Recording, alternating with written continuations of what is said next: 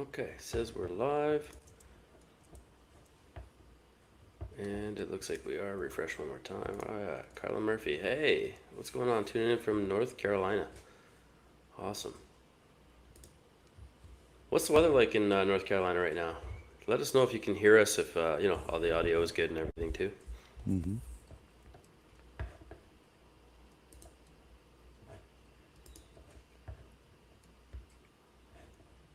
Okay, that says excellent connection. Great.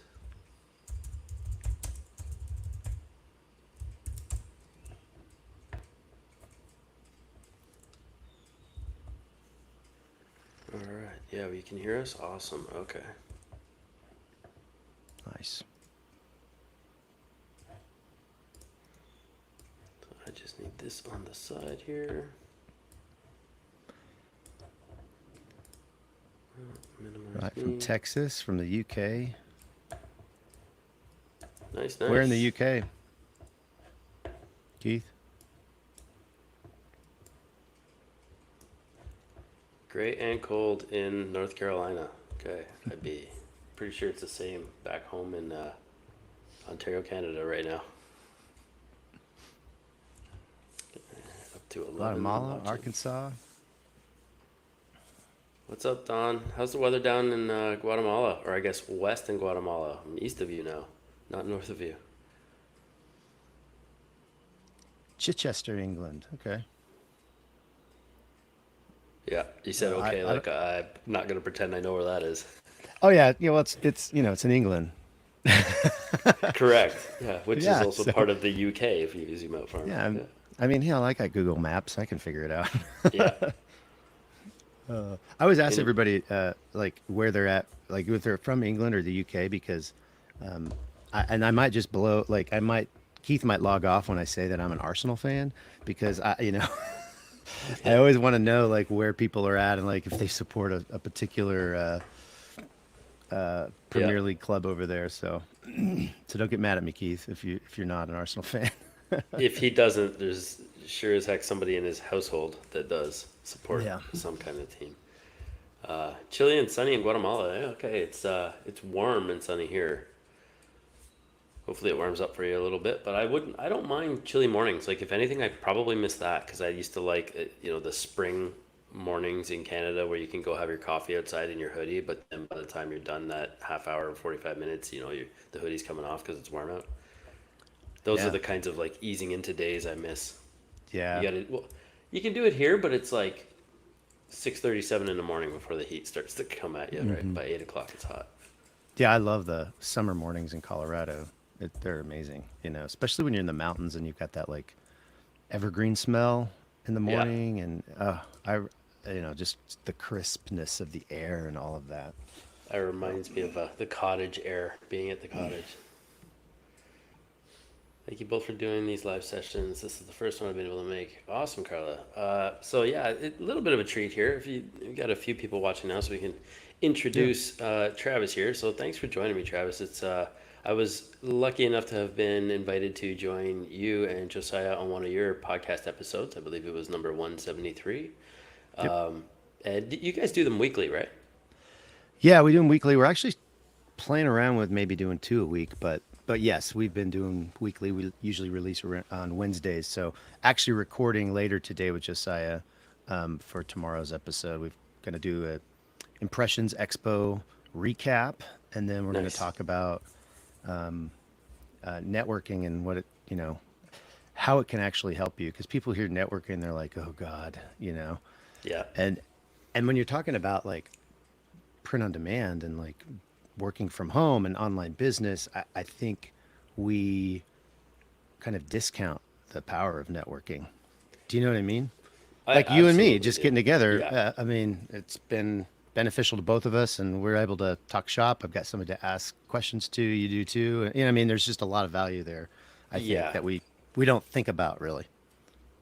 That's so well said. I think it gets lonely doing this kind of thing because you only really, at the end of the day, need one person to run it, which is Right. typically the solopreneur thing, right? So having, and it can get lonely. Like, yeah, yeah. my wife happens to be in the space with me now, so it's like we can chat about stuff and she knows what's happening. But for this, it wasn't until like 2, 3 years ago, right, when COVID kind of Hmm. killed her handmade Etsy deal. Okay. But yeah, having somebody to talk to, like I would say something and she has no idea what I'm talking about, or she's trying to understand to the best of her ability, and then just, okay, Right. enough about that. I don't care, ultimately, right? Like, so yeah, feeling like they're kind of on an island and then wishing you had, somebody to bounce stuff off of. That's why I think networking is huge. It's evident now, even in the industry, in terms from content creator perspective, right? Like you guys have guests on your podcast. Hmm. I'm able to have guests on my YouTube channel, and it's all people that people have heard of or want to get to know. And everybody has such a unique experience because I think this is so individual that networking kind of just, it gives you so many different perspectives. It's a pretty Yeah. special place. Yeah. Totally. I'm gonna post the episode you were on in the comments, just so people can Sure. I don't know check if it that lets you out if do they that want on to Facebook. afterwards. I just threw it in the YouTube comments. Does it let you? Did it let you post it? Yeah, I Oh, think okay. so. It's there anyway. Cool. Right on. Yeah, so in the description of this video, folks, you have all of Travis's links here. So him and his counterpart Josiah, his partner in crime over there on the Print on Demand cast, aka POD cast.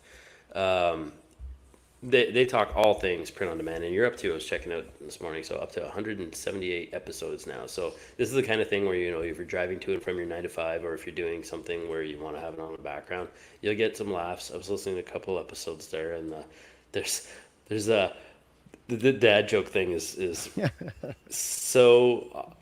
Don't be offended by it, but I'm like, it's so bad it's good. It's one of those, Oh, right? oh, it's terrible. It's Yeah, absolutely horrible. but it's Ma- terribly amazing. Yeah. my family for Christmas, actually, it was my wife. I got in trouble. I got called out because I said it was my kids that gave it to me, but my wife gave me this calendar that literally has a dad joke for every day of the, and it's just sitting. This Oh was no. so Wednesday from last week because I was out of town this weekend, so I didn't get to update it. But it says, "Why was the broom late to class? It overswept." Uh-huh. That's all. That's all I'm gonna do. Ba-dum. You got to come to the print on Mancast. You want more of that? Goodness. It's so bad. So a It's little, good. yeah, it's terribly amazing, like I said. So for those of you who don't know, Travis has been around print on demand for a while. You kind of pivoted. Give us a little bit of history, right? You were working and you got laid off, and then you sort of had, yeah, out of necessity, I'm guessing you pivoted. Yeah, I mean the short story is I was in ministry for years and years doing worship ministry at different churches and such. That's what brought us out to Colorado, and Okay. I was at a place for a while, and then we moved up, kind of where we're at now, which is just north of Denver, east of Boulder, to take another position. And once we moved up, like I had already started doing some like retail arbitrage, on Amazon and stuff, because I'd heard it on a podcast and just was trying it out. So for those that don't know, what is retail arbitrage, please? Sure, sure. Retail arbitrage is well, the word arbitrage just means buy low, sell high. So going into a Walmart or a Sam's Club or a Costco or wherever and finding something that's either on sale or I can make a deal with a manager to get it at a steep discount. And you have that. We have like an Amazon app, and there's other apps that can do this, and you can scan a barcode, and you can actually see how much it's going for on Amazon. And so I would fill my cart with anything that would make a profit, and then I'd bring it home and pack it up. I would send it to Amazon, to their Fulfilled by Amazon program, FBA, if you're familiar with that universe. And then Amazon would pack it and ship it. It would show up as a Prime product for people to buy. So if someone searched just for Prime items, I would show up in that. So yeah, so we were doing that. I was importing some things from China, creating my own brands, doing what's called private label. Had a few wholesale accounts that yeah, I was just doing a whole bunch of stuff. Then we started the Rocky Mountain Reseller Conference, brought in people from all over the country to talk to Amazon sellers, and that was a lot of fun. We did that for 3 years. And the second year Wow. of the conference, I heard about somebody like after hours in the bar. They were talking about sublimating coffee mugs in their basement, and so that's really what got me into printing. I bought a cheap press on eBay. I converted a inkjet printer to dye sub because it's a different type of ink. It's actually dyes. That's why they call it dye sublimation. And it did all that stuff, had the clamshell presses, and I knew how to make listings because I'd been doing it for my private label brand, and I just started listing tons of products because I had started a merch account. And since merch wasn't doing coffee mugs, I was like, hey, I could probably do this, so I just started creating more and more listings, and they started selling. I was fulfilling them out of my basement. Eventually bought rented out a facility and bought a big conveyor dryer to do mugs. So literally I could put them like 3, 4 across, and they would just go across the conveyor. And anyway, I said short story, but that's the long story. It's all So good. yeah. You just brought back memories of how hot the our print shop was when we were doing that with the conveyor dryer too. It gets hot in there, even when it's Oh vented. man. I'm realizing my camera is like right, the sun's right there. So look at that. Oh yeah, I was like, he just turned purple. That's okay. Yeah, that's weird. I'm gonna have to maybe do something else here. Let's see. Yeah, We'll try that. Okay. that works. Anyway, But yeah, yeah, so that's what got me into printing, and today, so I've actually moved out of my space, and I'm actually now outsourcing all of my production. I'm doing some local things. I still have some mug presses, and if I turn the camera around, you can see I've got heat presses and hat presses and sawgrass printers, and I have a laser engraver in my garage and a bunch of other products. But that's more for the local stuff. I do fulfill for like 1 or 2 people, just some random things. But most of my stuff is now outsourced, and I'm really focused on continuing to build up our catalog online with new products and new new ways to use our existing designs, I guess. nice, nice. So, Oh wow, I, Michelle came to the Rocky Mountain Reseller Conference. That's awesome, Michelle. oh, nice, that is.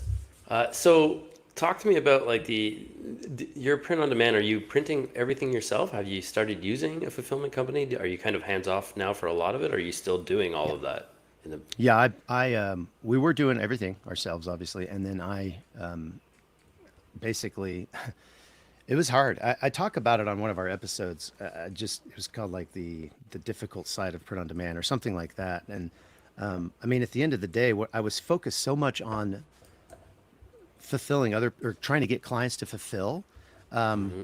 and we did. We had a whole bunch of them. I had probably 400 Deco Network stores that we were fulfilling for, which is kind of it's a shop software that allows you to build stores for people, and we could just put products out there for them to sell, or they could actually log in and put their own products for sale. And then I had other people that were actually selling on Amazon and Etsy, and probably had another 30 or 40 people doing that. And then, but at the end of the day, I was focused so much on that that I was neglecting my own listings. I wasn't putting as much things up for myself, Yeah. and so the difference between selling for myself and selling to others to sell to other people is it's the difference between a wholesale margin and a retail margin. Yeah. And so I was sacrificing my retail margins to go after a wholesale margin, and so at the end of the day, it just didn't work. It Yeah. wasn't the best. Yeah, it wasn't the best thing. I basically tried to turn the ship too late, and I said, you know what, this is dumb. I'm not I'm going to get out of this. I'm going to scale back. I'm going to let go of my employees, which is super tough because we had an amazing team. And I'm going to, my lease was coming to an end. I was just like, I'm not renewing. I'm selling this stuff. I'm scaling back. So very Oh hard man. decision, Yeah. but I think in the long run, the best decision I could have made. So yes, I have outsourced. I use Guten for most of my products right now because Mm-hmm. they were cool about working with me and in a specific way. I all my orders come into Order Desk, and then I port them over to Guten. So every possible product that we have out there has a SKU that is in Order Desk, and so wherever that product gets sold, if it gets sold on Etsy or Walmart or Amazon, wherever, basically shoots that order over to Guten based on the SKU, and it has their specific print file and their internal SKU, so they know it's a black Bella 3001 large, so they know Nice. that, and then it has the file all set up for them for every SKU that we have. And we have close to 700,000 SKUs or listings, so or I guess that's SKUs too, Yeah. across all these different channels. Wow. Yeah, I was reading that when you sent me a little bit of the bio there to populate down there. There's over 660, over 650,000 print on demand listings across multiple platforms. That's I'd be lying if I said that wasn't an astronomical number that I don't think I'll ever hit. It Yeah. sounds like it's both rewarding to have done that kind of work, but also super daunting for somebody to go from zero to that, right? But like Right. you did it all, one step at a time. Do you use automation or anything like that to help with getting all these listings out there? Yeah, we've gone through a million different ways to do those automations. Right now, our Nice. our favorite is using it's a Photoshop plugin called Bulk Mockup, and it not only allows us to take a bulk mockup or take a mockup picture, kind of create a smart object on it, and then point it to a folder on my computer with designs that has like 10,000 designs or whatever, and hit go, and it just spits out the mockups. But then the other thing it allows us to do is, because Guten says, hey, we want these t-shirt mockups to be on this size, this many pixels by this many pixels at this DPI. So we just create a blank canvas with that, exact, size, and then Yeah. say, okay, we want the image placed here. It's a little higher because it's a t-shirt or whatever. And then we hit go, and it also creates all of our print files. So it does both the mockups and the print files. Okay, that's So, cool. and then and then we use sequential. We use Wasabi so for sequential linking, and so we know we can basically create a spreadsheet for all of these different things, and because they're sequential, we can just drag them down, and we know that they all match because all the links match that are pointing to the download files or to the whatever. I mean, it sounds like really overwhelming, but think about the fact that we've been doing this since 2017, and we figured out Yeah. all the bad ways to do it. Yeah. you know, That's so we that's finally nothing. found a good Yeah. way to do it.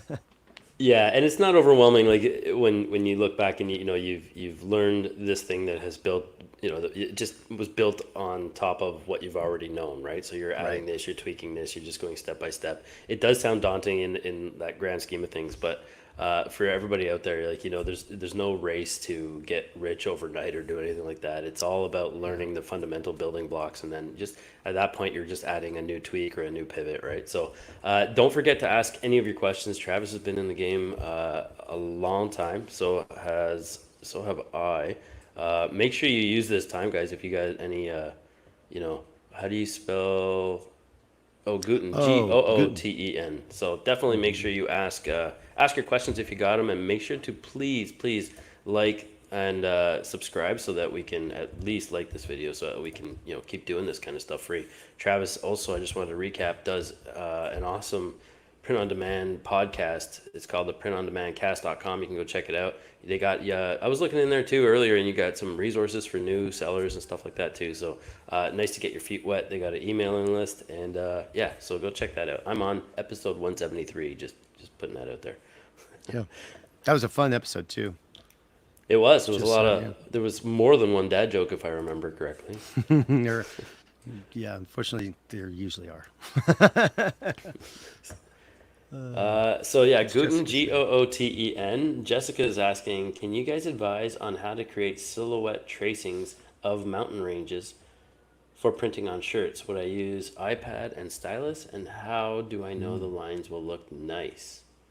So are you talking about silhouette tracings of mountain ranges? So are you talking about like the one Almost like video line I art. had? Are you talking like line art, or are you talking like making a mask with like a flat silhouette? So let us know on that. And then Carlos says, what are your thoughts on virtual assistants on Etsy? initially scares me, but leaning towards it for the sake of time. Well, you were just talking to me about earlier that you were on a AI panel with screen printers, right? So Hmm. was there any chat? Like, how were you guys implementing the AI? And then we can kind of see what you pick your brain on the VA thing. Well, I mean, I was on that panel more.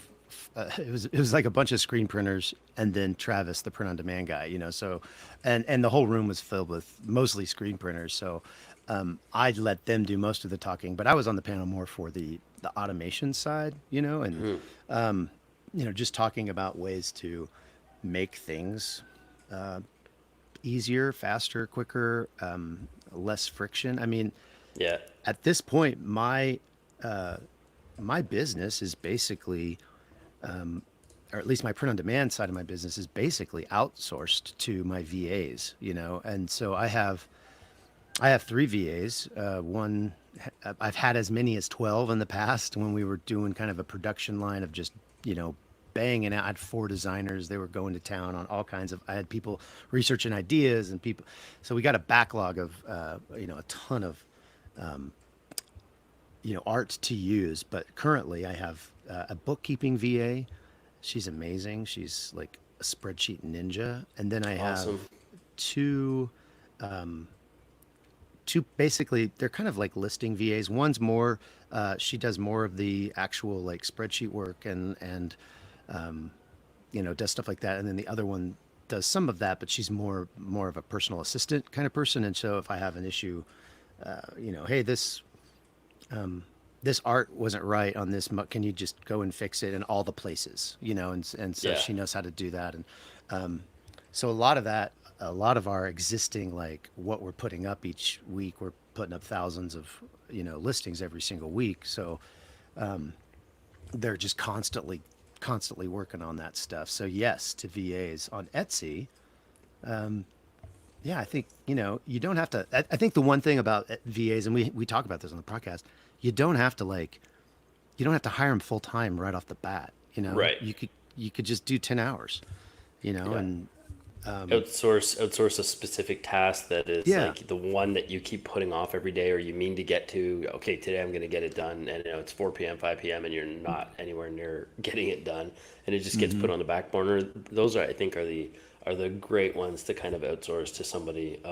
What I wouldn't do with Etsy is give them the keys to your shop, so don't let them log in Mm. there. I'm not saying this, be weary of VAs or anything like that. But there have been instances in the past where people Sure. will like try to, put their bank accounts, attach all that. So all four VAs, if there's, I think I echo Travis's sentiment. I confess I don't use a VA. Actually, I've outsourced my video editing now, which has kind of alleviated so much time. So being able to like, build a team to Travis's point is probably, the one thing that I should have done 5 years ago to help, streamline what I know I'm good at. So you're not, because when you're not interested in certain tasks, you're going to inevitably take shortcuts. You're going to half-ass Right.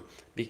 And even if you're good at them and you can do them better than somebody else, but it's not your number one or you don't like it, those are also great tasks to outsource. Because if you're not, if you don't enjoy that part of that job or that task, you're not going to do as good a job as somebody who actually likes being there doing it, and it kind Right. of brings you down, right? So yeah, Yeah. I would definitely use them.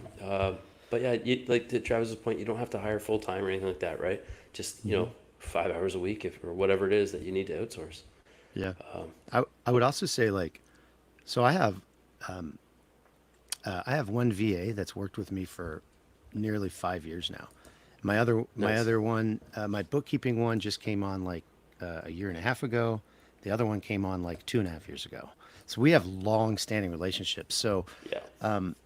I totally agree. Don't hand them the keys to your kingdom, at the beginning, but also really, really work on your relationships with them, and like have one-on-ones every week. Like after this, I have one-on-ones with two of my VAs.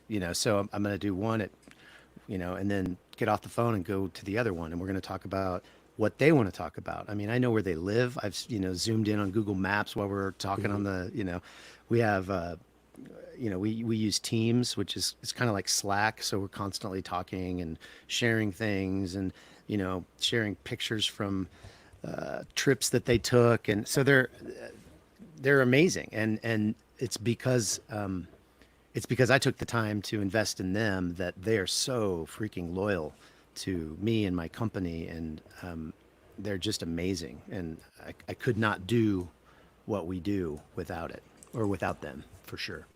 Yeah, and even on that note, like invest in the time to get to know them. If you find somebody, give them tasks to do first, I would argue, right? Like you're the pro at this compared to me, but give them tasks to do and see how they accomplish kind of at tests, Yeah. basically to validate their skill set. Because some people will, just boost their, like, I guess, keyword stuff, their resumes and stuff, things like that to see what's like, just like people do on every platform. And they may not be as good at doing something that they say they are, or for that particular task. So that test them out. Don't be afraid to just, let them go or let them down if you need to. Hmm. That aside, I think, oh, where was I going with that? The task for the VAs. Um, yeah, I totally lost my train of thought. I'm excited about the It's okay. VAs now. Yeah. Uh, what was Carla's? So shoot, Carla was talking. Not Carla. Jessica was talking about line art for the silhouettes there. So how do you create silhouette tracings of mountain ranges for printing on shirts? Would you use Hmm. iPad and stylus? So Stacy uses an iPad and Procreate, and with her pen, the whatever the Hmm. Apple Pen. Do you do anything on the tablet side of things? No, I honestly am not a great designer. I can do tech stuff. I can kind of pair some fonts and do some fun stuff. But no, I've always outsourced all of my designing. So, but yeah, I mean, I'm sure some of them do. They've Yeah. used that stuff. I know you design a lot, if not everything that you do. Are you an Illustrator guy then, on like iPad, pen, and that whole deal? I wish I started. I just learned Illustrator before tablets, Okay. kind of thing. So I never Okay. made that. I never made that. Yeah, I've been around a while too. Never made that conversion into the tablet world, and I wish I did. Like Juna Duncan from Detour Shirts, he Oh yeah. he and I were chatting, and he made that transition. He jumps on all the new things all the way, all the time, and I'm like most people. You get in that comfortable groove, and you got to buck yourself out of it to explore the new things, the new tools. Hmm. And sometimes it's daunting when I know I can function at a certain pace. That learning curve is always what, keeps us kind of stuck in that, comfort zone in a way, because Yeah. it's going to take me a week to learn this tool, but at the end of that week, you might be able to do the tasks you were doing for the previous 3 months in a month, right? So it's absolutely worth the time. Yeah. But yeah, it's just, you got to practice what you preach that way. It's not that I don't know that, it's just that I need to get on something like that. But yeah, I do design 90 probably. I'm down to probably 95%, because even though I can design and I know my designs sell, sometimes you just hit, like, mental blocks, creative blocks. So it's Sure. I've paid, like, upwards of $100 to outsource a design to somebody just to get an idea to inspire me on something. So even if the design they made wasn't amazing, I, I can pretty confidently say that the designs coming back at those price points are good and will Yeah. sell in their own right. But it still stimulates your creativity in a way that you haven't looked at it, right? Just getting fresh eyes on stuff. Hmm. Yeah, I think VAs are great that way, and I need to use more of them. I've been able to, like, outsource. Oh, that's what I was going to say. Is the getting to know your VAs too. Is the Yeah. My video editor now, for example. Man, like, we're having conversations. He's giving me ideas for content. He's giving me Mm. suggestions to make my videos look better. Like, these are, not only are they, part-time helpers, but they're also professionals. And just because they're helping you Yeah. 4 to 5 or 10 hours a week doesn't mean they're not doing, another 40 hours a week for one other person or somebody else, right? Like, they're full-time Sure. employees. They're full-time subcontractors. They run their own businesses. And, the respect level is there when you can be conscious of whatever holidays they may celebrate. There are times a year that they may need time off, and the fact that you express knowledge about, or that you let them know that you care about them and their life, and their Hmm. day to day, it goes such a long way. Like, It really it does. just kind of, I feel like we finally had our first call after 2 months or 3 months of him kind of doing stuff for me, and I was like, let me know if anything. He's like, oh well, turns out he's got a team I didn't know, so he's built a team now, and he's like, Wow. oh yeah, we have all kinds of suggestions. So we just had our first call yesterday, and it was awesome. It was eye opening for me because he's Hmm. the subject matter expert when it comes to video editing, right? And to me, it was just like Totally. such a small component of my overall business, but it's everything he does. So yeah, absolutely do that and take the time to get to know them. Yeah. Agreed. Yeah. Hillary asked any issues with gluten. I haven't had really any issues with gluten. The only I will say one of the t-shirt printers that they were using, I wasn't super pumped about the vibrancy of the prints because I've obviously done DTG a ton, Hmm. and so I had a shirt that I had printed in my own shop, a couple years ago and been washed, however many times you wash a shirt in 2 years, I don't know. And then I got a new one for somebody else, and I was comparing them, and mine was so much more like vibrant and it had a yellow color in it. It was really yellow, and this other one was, for lack of a better term, dingy. So I sent them an email. I have, a manager or customer service manager or whatever, and I sent it to him. He's really been great, and he was like, "Hey, let me redo that order with another printer, and let me send that out to you, and we'll see." So I'm still waiting for that. That's the only issue that I've really had, and they are like, "Well, let's try to. We're going to route your orders to a different place if you're not satisfied with this." I guess during Christmas there was one of their mug suppliers. I sell a crap ton of mugs because that's what we kind of cut our teeth on. And in Christmas, during the Christmas rush, one of their suppliers got kind of behind, and so they had to reroute some of my orders and rush some of my orders. And I mean, I think that's par for the course in print on demand in December. Yeah, you put print on demand, and you put December together, and you have a problems. mess. That's just what Yeah, happens. So those are the only issues I've had with Guten. So I mean, been yeah, really happy with their customer service. That's been phenomenal. Every time I have an issue, something breaks in the mail or doesn't get delivered, they're taking responsibility for that. nice. So that's been good. It's nice to know that you're supported in your time of need by customer service. That goes a long way, right?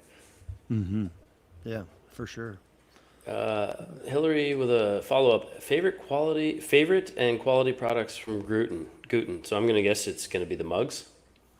I mean, that's the one we sell the most of. I mean, just because it's what we started on. We do some hoodies, and we do mostly Bella 3001s for the shirts. We've kind of messed a little bit with a few other products. We got some tea towels out there, some pillowcases, things like that. They don't sell quite as well as the mugs, or at least on average, I guess. But that's also because we have so many more listings of the mugs too. So Mhm. I don't know. I'm always looking for products from quality products. There was another a place I found, Quadra. Have you heard of Quadra Marketplace? Not yet. It's a print on demand company. They Anybody can use them. Their their lead times are a little long, at least what's posted on their site. I don't know how long they actually are. They also have a subscription based, like you can pay like however much a month and get better products, but they have some really unique products. So I would recommend checking that out if you want to just see. I mean, like we're talking like laser engraved Bluetooth wooden speaker, so you can like literally print Cool. on demand, laser engrave it. They're doing a That's some high end stuff there. yeah, they're doing like Yeah. a teddy bear with a message card instead of the jewelry with the message card. They're doing like a Right. teddy bear for Valentine's Day. That's one of their new things. Yeah, so I don't know. Check out Quadra and see if any of that kind of piques your interest. Did I spell that right? Quadra, Yeah, phonetically, the way it sounds? Yeah, okay. I think it's Quadra Marketplace maybe.com or Okay. something like that. But there's also Quadra other things that are not print. But if you do Quadra print on demand in a Google search, Yeah. it'll come up. Yeah. Let's see. When you get into laser engraving stuff, that's It's cool, right? I like looking at like wood with burnt wood Oh and yeah. all the effects. Yeah, it's all cool. Topographic maps, even for lakes. Like Oh here's a man. secret. This is one I've suggested to a friend of mine who's doing her own woodworking stuff. But like they were doing just the lakes on the like printed on stuff like DTG, right? Like direct to Mm-hmm. garment. But they got the I don't know those laser engravers, but like the industrial ones. And I'm Yeah, like, yeah, just get a piece of wood and do like a topographic map of the totally, lake. dude. So if it's a piece of wood that like a 1 inch slab or whatever it is, and it's on the wall, it will do like the shoreline, and then it'll look like steps down. If nobody knows what Mm-hmm. a topographic map is, it shows the elevation of, I guess, the ground, so you can see it, and it's like you'd be able to kind of run your hand down towards the deep ends, and you can have the islands in there, and they just look Oh, so dude, cool, right? And you got the it name does. there. Yeah. So like housewarming gift for somebody who just bought a new cottage, like, and the people I would market those to, just a little bit of a tip is like, it's not only people that own the stuff that are buying, it's like people buy this for gifts. So like I would market that kind of stuff to real estate realtors. They're the Yep. ones that are buying the beautiful housewarming gifts, a bottle of wine. What better thing to have like your topographic map of the area you just moved to with a little red pin on it or something, after the Yeah. fact, and then like your coordinates on top, like all the cool stuff, right? Yeah. And you could Yeah. charge, I mean, you could charge Oh yeah. hundreds of dollars for that, I mean, Absolutely. depending on how big it is and all of that. So, yeah, Yeah, that's and it's great. the realtor paying, and arguably they just got a Yeah. $30,000 paycheck, so they're Right. gonna, you know, it's a high end gift. Yeah. Hope that helps, Hillary. Carla says, do either of you have any experience with or opinions, recommendations for automated personalizations, i.e., Hello Custom? So I am in the process of getting some listings together, and I'm trying to do a tutorial for Hello Custom as it relates to products with Printify and Etsy. So I don't know if you know much about Hello Custom, Travis, but it's a pretty sweet tool that you can. Have you heard of it? Yeah. Well, I saw kind of his launch, and like Yeah. how he was doing it, and I did watch through to how they were integrating with Etsy and all that. It sounds like an amazing. I haven't hooked up to it or haven't really dug in much more. I've just seen kind of the demo of it. Have you used it? I've used it for testing and I like it. I am excited for this year because I do a lot of like birthday shirts or occasion type stuff, and it's Uh huh. always been me. I guess this is what spawned the birth of Hello Custom too. Is like Steven at one point had a room full of people just typing in customization, so just typing people's names, but a Yeah. manual process that you can easily screw up with typos, and then you got to send. They weren't sending proofs at that point because it's just supposed to look. But if there's a typo Mm-hmm. and things go awry, it's such a manual part. So AI now, imagine not having to have a room full of people typing, Yeah. and you've just got it auto customizing. So yeah, I'm making tutorial videos on that right now. It's currently only linking with Printify, and it's like the middleman between Etsy and Printify. So in order, we'll Okay. populate into Etsy, and with your personalization box, you can write. It dynamically reads the text, so it's like, can you please make the name J? The AI will understand to only put Put J. J as the name Right. and not everything that's in that personalization box, right? And it's like, can you add the names J and Travis? And then it'll just Mm-hmm. put J, Travis, however you've got them listed and configured in Hello Custom. And then Hello Mm-hmm. Custom sends you a proof that you can just look at while you're, what Steven had said, while you're in the grocery store standing in line somewhere, you can just auto approve, and then it'll go to production. So if you have it set to automatic fulfillment in Printify, it'll just push it and you're good. So it sends you a proof that you can approve, or you can go in and make changes if you need to.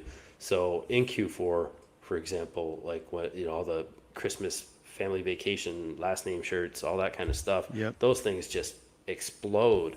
And not to say that I don't have stuff that I do year round mostly anyway, but it's all date related, year related, and occasion Mm-hmm. related, right? Like retired and stuff like that. This is going to be a game changer, I think, for me. And I've never been one to kind of automate stuff because I feel like if you and you're the opposite end of this camp because all of your stuff is automated, but I've just been burned, like, and to Hmm. my own fault, like where I had one thing wrong and then 30 get automated, and then now I have 30 things wrong on that piece of art that I didn't catch, right? So, costly mistakes that you learn from, but this is part of the game now. I need to adopt the customization. So I'm excited Yeah. to do that. I'm hoping to have this video done for you guys in about a week or so, depending on timelines with the editor. But he's That's been cool. pretty quick, so yeah, it should be a pretty easy one. Unfortunately, they don't integrate with anywhere yet, but I know he's working on other Mm. big marketplaces. I think I could be Yeah. wrong, but I think Shopify is the next in the pipeline, and I know they wanted to do Amazon. Like they want to hit the big ones, and I think Sure. from a marketplace to a standalone, going from Etsy and then Shopify is going to kind of satiate the two big, the big wants out there. Hmm. And I think yeah, everything else should be easier after that for them. Yeah. So yeah, I would recommend it. I do have links that I can drop later for you'll get 1 month free and a 14-day free trial. So That's cool. let me know, remind me for the links, guys, if you want to try Hello Custom. And Steven's a great guy. He's young and full of steam, and they're going full throttle, which is crazy. That's cool. Yeah, we need to have him on the show Yeah, and talk for about sure it. you I do. think that would, yeah. He'll talk I for mean, days, right now just like my you and I. automation, yeah, yeah. My right now my automation is VAs. So, yeah. So we have a weird kind of workflow too. So it's hard to you have to kind of configure what's going to happen when it comes into Guten, So right Hmm. now everything's just pushed through except for custom things, and then so you have to, you have to basically pause that production because the art isn't there yet, and then you have to have the VA go in. But with it sounds like with Hello Custom, you can speed that up considerably. But in the meantime, ain't nothing wrong with having your VA check that check your orders, once or Yeah, twice a day and just knock them out for you. for sure. But It's a that's great cool. one for leveraging a VA, right? Because it's Hmm. just a menial task that it can take a ton of time if you have lots of that going on. Where Hmm. would you suggest to look for VAs? Yeah, I found my guy on Upwork, and it was recommended through another friend in the industry. Hmm. You guys know him, Joe Robert, anyway. He's the Shopify guy, and he said, "Yeah, check out this guy, video editor." So word of mouth again. That brings us back kind of almost full circle to the networking bit. Yeah. Everybody in this industry is willing to help each other. Like all the people you guys are learning from, we try to support each other. So just know that too. It's kind of something that I think people don't know, right? Like, but yeah, where do you find yours? Have you tried Yeah, Fiverr or? I've done Fiverr, I've done Upwork. The place that I found the VAs that are now working for me was onlinejobs.ph, which is a subscription service, but there's no you can cancel at any time. So you have to pay for a month, which is 50 or $60 or whatever. But you do all your interviews during that time, and then you can turn it off, and so you only pay the one month. The cool thing about onlinejobs.ph, it's a Filipino website, but it's not limited to the Philippines necessarily. And a lot of Filipinos are on that website. And the cool thing that I think is like Upwork and Fiverr, they have, they're a marketplace. They're going to have to get their cut. Onlinejobs.ph gets their cut from your membership fee. So, and you can actually commit or communicate directly with the client outside of the onlinejobs.ph interface. And then you can pay them outside, and there's nothing, you don't have to give the cut or the 20% that like Upwork takes once you've got them kind of in your in your organization. We use PayPal. Now I do pay a little bit of a fee.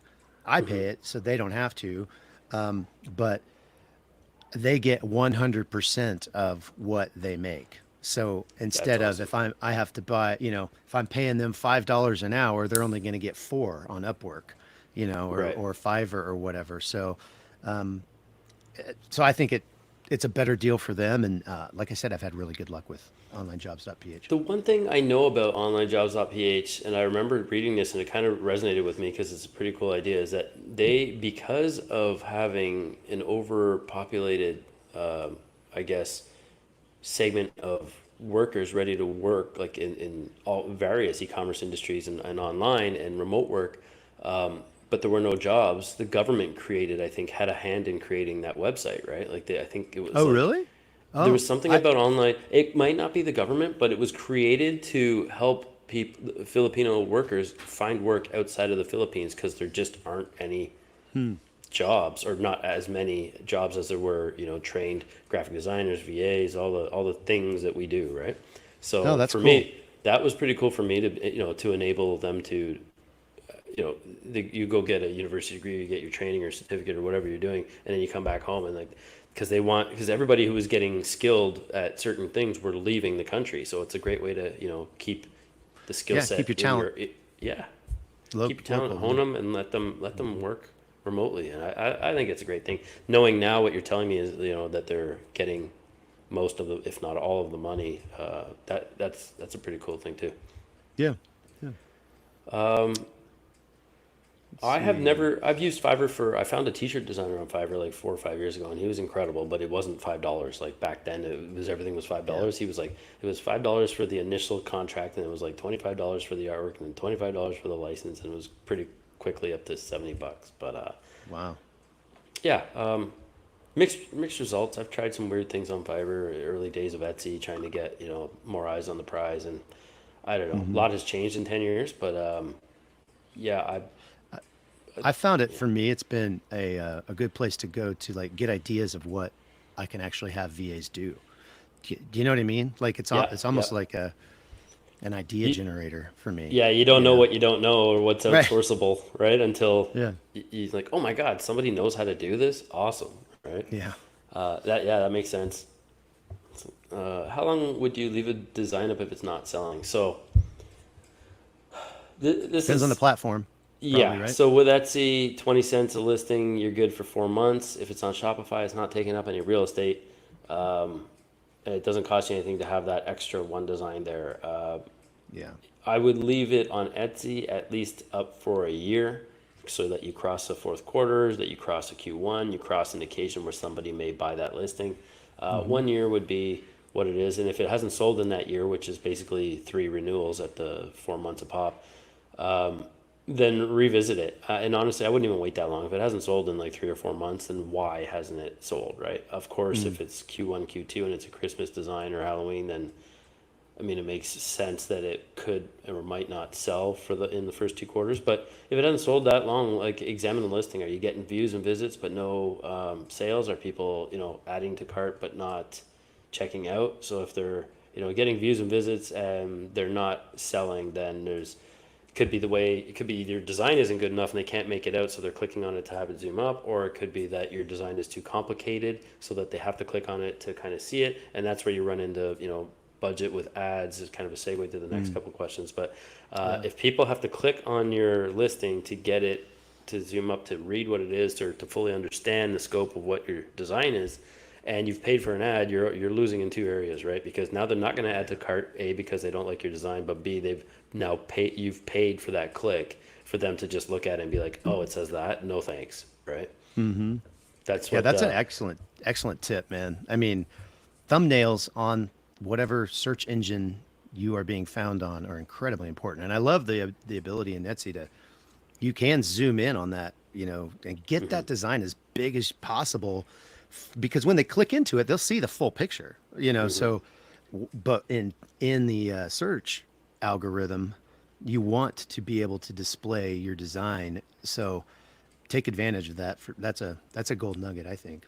Yeah, it was. Remember when you had me on yours? It was just like, yeah, if you're gonna suck, suck in big bold letters, suck in bold. Yes. Yes. So like, do everything that is. Let people know that they can see. Let people know that when they see your item in search results, that they found the right thing that they're looking for. Because if they have to click and do, you're adding friction to the entire checkout process. So yeah, I mean, it's a hard one to say. Do you have like Hmm. you sell on various platforms? How long would you leave a listing up if it's not selling before looking at it? It's the same thing with, I mean, so Etsy is kind of because it's not as automatable. Yep. I haven't done as much with it. Or I haven't spent as much time on it. So, but I do. It's kind of random. I don't have like a schedule, but I'll go through and like look and go, okay, here are my live listings. Here are my ones in draft. Oh, we're coming up to St. Patrick's Day. I'm gonna pop in all my St. Patrick's Day designs and things like that. So I do that. It's not automated, unfortunately, so it doesn't happen all the time. But I have a combination of auto renew listings that have sold. I mean, to me, once it's sold, just leave it on auto renew. I mean, if it doesn't, again, and Mm-hmm. then maybe in another year if it hasn't sold in a year, but if it sells, just keep it on auto renew. And then after that, I try to go in once a quarter and just kind of look and see what's coming up and maybe reactivate. But most of those types of listings are going to be, I'm just going to keep it manual for the relist portion of it. But then on Amazon and Walmart and, Shopify and whatever, to your point, I'm not paying any more to have that thing up there. So Mm-hmm. why take the time to even to take it down? Now, there Right. could be an argument for like redoing the title or the SEO or whatever, and depending on which channels you're on, you may have only limited access to be able to do that. If you don't have brand registry on Amazon, for instance, you might not be able to change the title. Right. So, but yeah, I wouldn't waste time on those channels taking something down. Yeah. That's perfectly well said. I think. Yeah.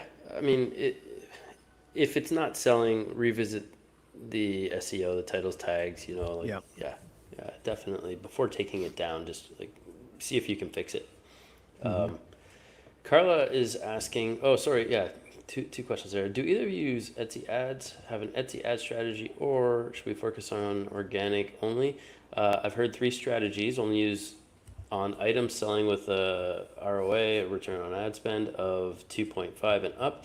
Never use and only go organic, and max out your budget on Etsy for the entire shop. So, uh, all three strategies can be kind of worked together. So, in my particular case, I use ads. In the beginning, I would only potentially advertise stuff that has already sold. But once you start to see, like, this is something that Tony Robbins has said, and I've repeated it over and over, is that success leaves clues, right? So if you remember that, the once you identify what's selling, look at that listing. You'll see patterns in your sales history and stuff. And then once it kind of clicks, and you can create something that the customer's probably going to want to buy, then those are Hmm. the ads that I like. Those are the listings I would advertise right from the get go. You The nice thing about Etsy with the marketplace, if everything is tagged right and the design looks good, it's going to sell. If you've identified a gap in the marketplace, you do not need ads. However, ads do help. And Hmm. if you were coming up in search results organically at the top, 80% or 84%, I think, of the top two rows of search results are typically what get the sales in e-commerce. So you want to be Hmm. in those top two rows. And if Above you the start fold. to Yeah. falter organically, then that's where ads can kind of boost you up to the top row, right? So if you were to be at the bottom of the page, you're only 20% now, and if you're on the second page, it's like exponentially smaller. So Hmm. ad spend in that sense can put you right on top of the row. Same thing. Let it go for like a month or two before you judge your ROAS there. Hmm. And yeah, at the $25 mark, I think the return was like 2.3 is what you were looking for with print on demand cost factored in. So yeah, I would do the same thing. Anything after two Hmm. months that is kind of below the 2.25 or 2.3, I would probably cut that ad or revisit the keywords and tags in that and see if you can boost it or duplicate that listing because it is selling. So don't screw around with it. Duplicate the Hmm. listing and see if you can leverage slightly different keywords. Yeah. And do you max out your budget on Etsy ads for the entire shop? Only on listings that are doing well, are performing well. I will slowly increase, the budgets when, yeah, once you've got like a catalog of advertisers or listings you're advertising, then yeah, I would slowly increase that budget. I don't necessarily max it out. I go incrementally because sometimes if something blows up, it can cost you a lot of money, and a lot of people are just like Hmm. sharing the thing, but they may not buy. But I do understand the strategy. One of the logics, I guess part of the logic behind that was like out your budget so that Etsy knows that you believe in your design. And I'm like, I don't know if it's Ooh, that philosophical or theoretical. I think that's it's more of a funny. yeah, I think it's more of a practical thing where not to say that that's wrong. I mean, it logically could make sense, but Yeah. yeah, I mean, I would test. I would test. I think it depends. If that's worked for somebody and then it may be very true for that person. But I don't know if things Hmm. like that are not written in stone anywhere or in any kind of documentation would necessarily hold true for other sellers. So don't also please don't max out your ad budget if you can't afford to blow that or lose that money, right? Please don't do that. Yeah. Yeah. I mean, I would just reiterate the whole like, don't just don't just throw money at the wall or at Etsy ads and expect sales. If you're going to, I mean, obviously there's a level that you have to do Etsy ads. I mean, they force you into it at a certain level, and that's fine. But don't just start throwing money at it and expect to it to be an autopilot type thing. You do need to look at the if you're gonna be spending money, you need to be able to do the research and like figure out what your return on ad spend is and those numbers that where is your break even on this particular product, how much can I actually afford to spend on this before I'm losing my butt. There are other Yeah. ways though too to potentially jump out on Etsy with a new listing. We've talked a little bit on the podcast using and not so much using ads, but using like a loss leader strategy, and be like, where's my break even? Okay, I'm going to start selling this at. I mean, you see it on Merch by Amazon all the Mm-hmm. time. People just started at the lowest possible thing to try to jumpstart the sales. What works on Etsy too? If the design is good and you're in a niche that there's a demand, you can go along a little while and just kind of get some sales under your belt and teach the algorithm that you have good products, and then slowly raise that price, and hopefully continue to you would be testing again. You're still looking at Mm-hmm. the analytics, you're figuring it out. Where is that resistance? Where do you see your sales start slowing? Okay, well, right there is about where you need to be priced at. So it's kind of like spending money on ads, but it's not ads. It's just a different strategy to get Mm-hmm.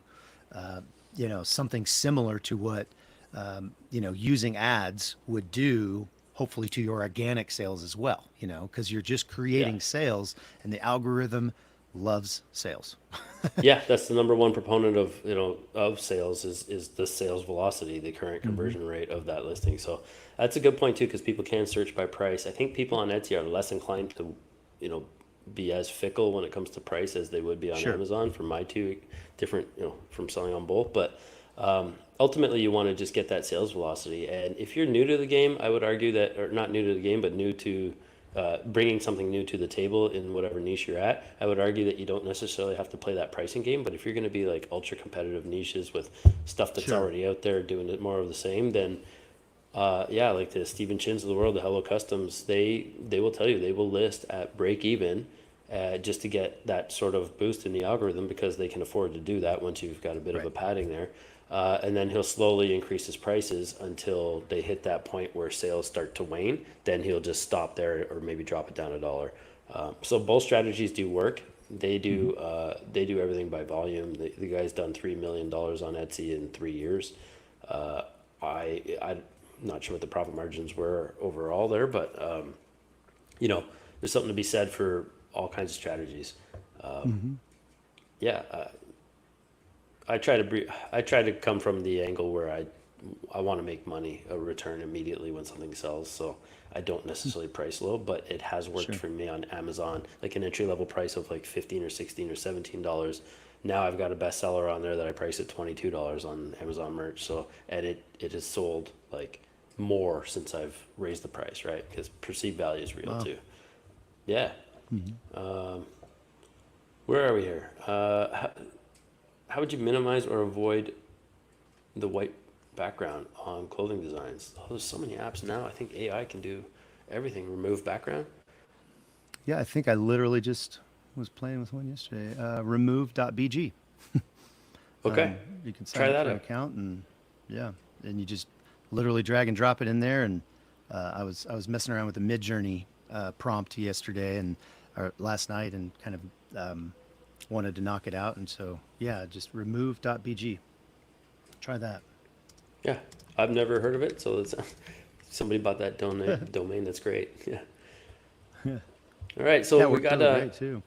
A couple more minutes here. I think we'll go maybe 2, 3 more minutes. You have any questions last minute, drop them in. I got 27 of you watching here still, so please make sure to hit like so we can continue doing this kind of thing for free. Hope you guys are getting some value at it.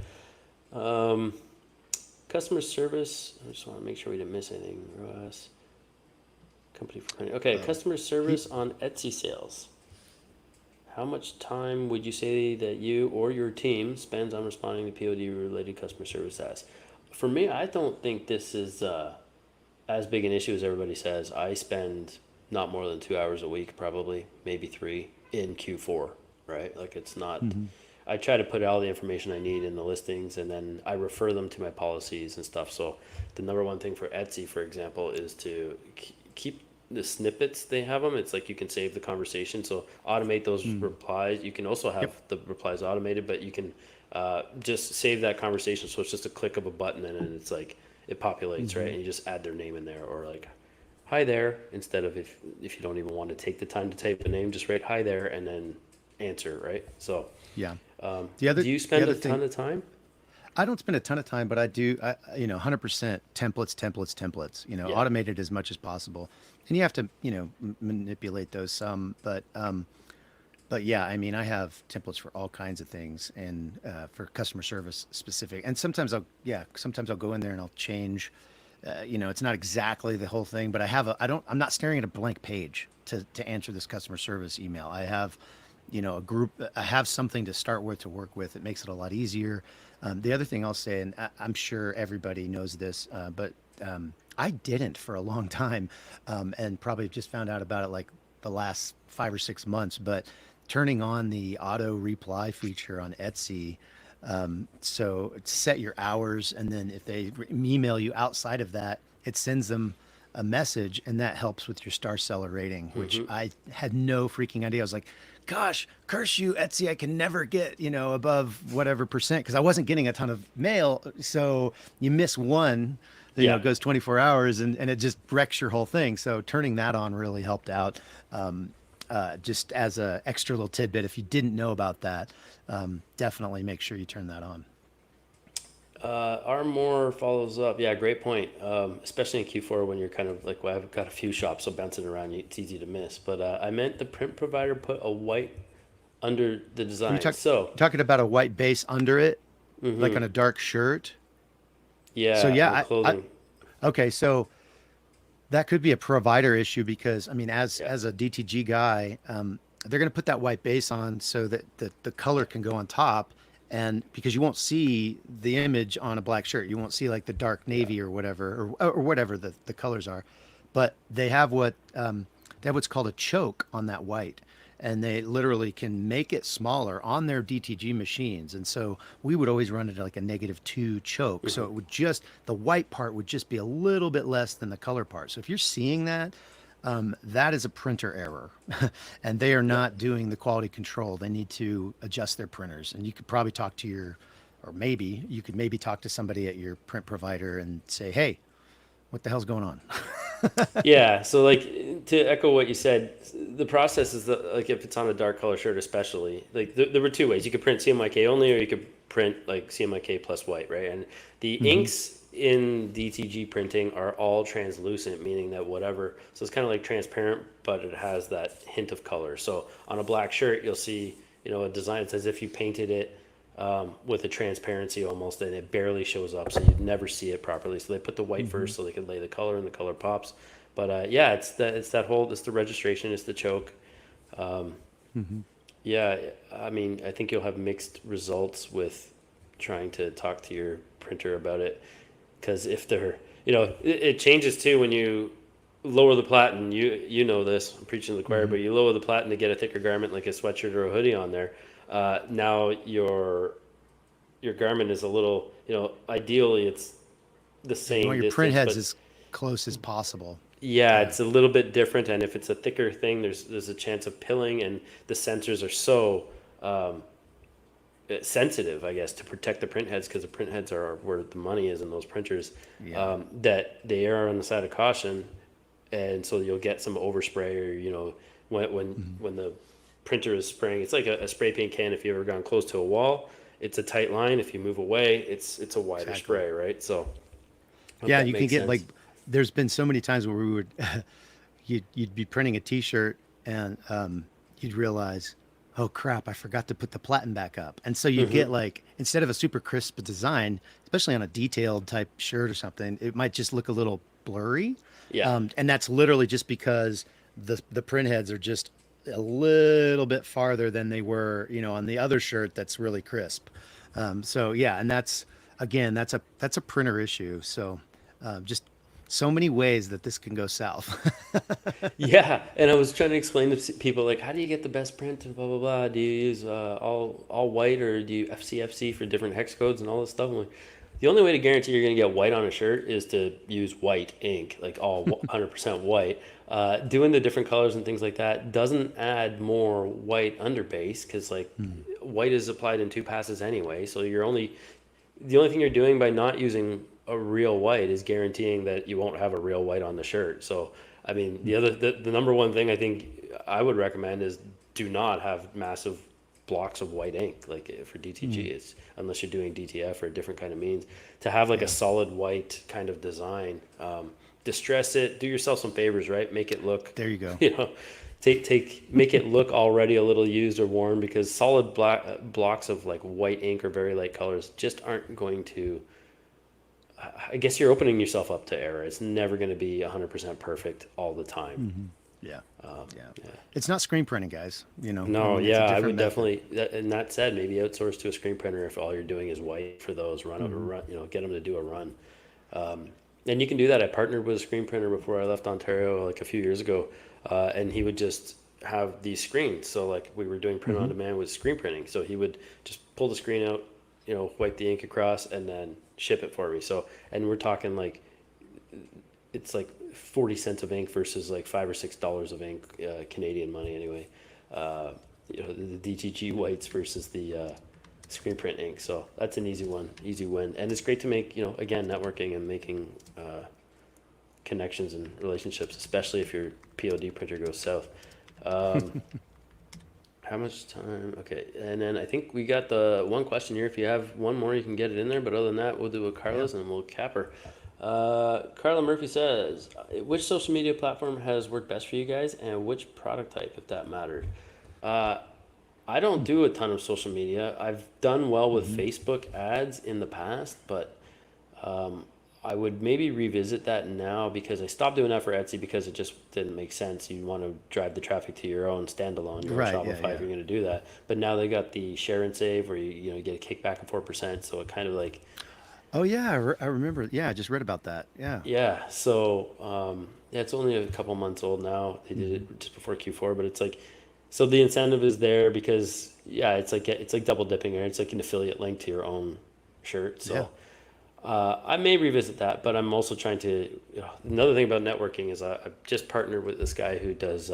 He's an art director and designer for Marvel, and he has a catalog of artwork that is just out of this world. And I want to be able to leverage that and put it on Amazon, or put it on Shopify. Sorry, right? I want to just blow that up and like brand our own store of this like crazy Hmm. caliber design. So I'm That's cool. excited to do that kind of thing. But yeah, networking was how we started it, and networking I think was the best way to finish this. What do you have any social media platforms you leverage? I mean, so I have a Shopify store that does kind of a political bent, equal opportunity offender type. Yeah, yeah. Not one side or the other, but like like the South Park of .coms. so we did that, and we've used some Facebook ads, and you have to go into Facebook ads. I'll just say this: you have to go, like, it has been successful, but you have to go into Facebook ads realizing it's not probably going to look successful for a little while until the algorithm, till Facebook like learns who your buyer type is, and we are lucky that the particular niche we're in and kind of how we situated the ads, we were able to find interest groups that make sense to target. But Facebook even gets better at it as you start getting sales. So don't don't give up and pull your ad after a week because I mean if you have something that's worth it, you probably won't see very many sales for a few weeks. But eventually, like this particular one ad that we've been running for about a month, I've got like a 6.5 or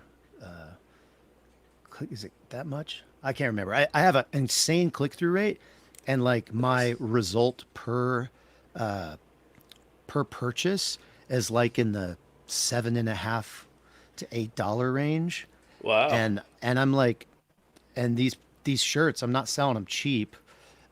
So I have like $14 to play with. So I Yeah. still, and then at that point it's like feed the flame, feed the fire. So yeah, so Facebook ads have actually worked.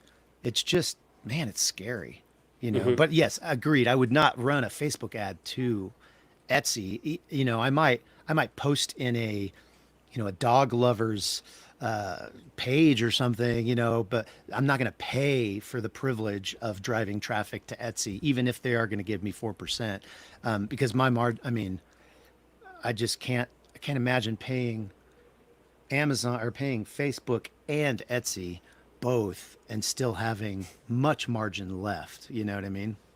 Yeah, yeah. Another proponent of not having all your eggs in one basket too, and I'm learning that way. Hmm. So I've been the Merch by Amazon and the Etsy. I've been the marketplace guy forever. I definitely am going to make moves in terms of trying to get the Shopify up and running because that way I have control. Yep. I'm not at liberty of or at the mercy of the Amazon and the Etsy bots. We've seen people, they're crawling your page and like, you're suspended. Huh? What? Why? Well, Right. we can't tell you. Like what? Right. What? Like both platforms, notorious, right? Totally. Yeah, so you guys, again, to recap, Travis has been in this game forever. If you haven't gathered that by now, by his replies to your questions, he's just a wealth of knowledge, and it's kind of nice to be able to bounce ideas off. So this guy has over almost 700,000 listings across multiple platforms. Go check out the podcast. All the links are in the description. It's printondemandcast.com. And yeah, man, I'm excited to check out the podcast again. I can't stress enough. It's great to have on in the background, so you don't actually have to tune in to watch a video. You can just you guys do put them on the YouTube channel, but podcasts are great that way. You don't have to be necessarily watching or looking, right?